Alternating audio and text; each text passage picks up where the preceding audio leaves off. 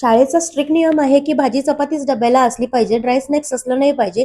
तर चपाती ही नेहमी मऊ आणि लुसलुशीतच ठेवते मी.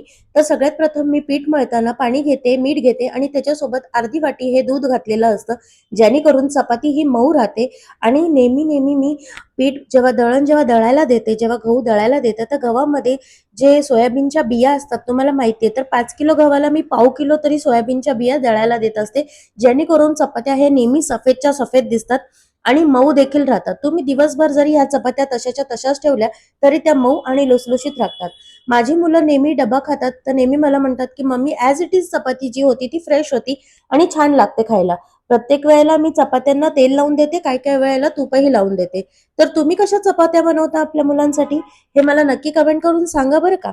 आणि जेव्हा तुम्ही गहू द्याल दळायला त्याच्यामध्ये तुम्ही सोयाबीनच्या बिया टाकायला विसरू नका, जेणेकरून चपात्या मऊ राहतील. तर आज मी चपात्या बनवलेल्या होत्या खूप मऊ आणि त्याच्यामध्ये खूप सारं टाकलं होतं तूप. तूप जास्त लावल्यामुळे चपात्या खुसखुशीत राहतात. नक्की आवडलं असेल तर लाईक करा.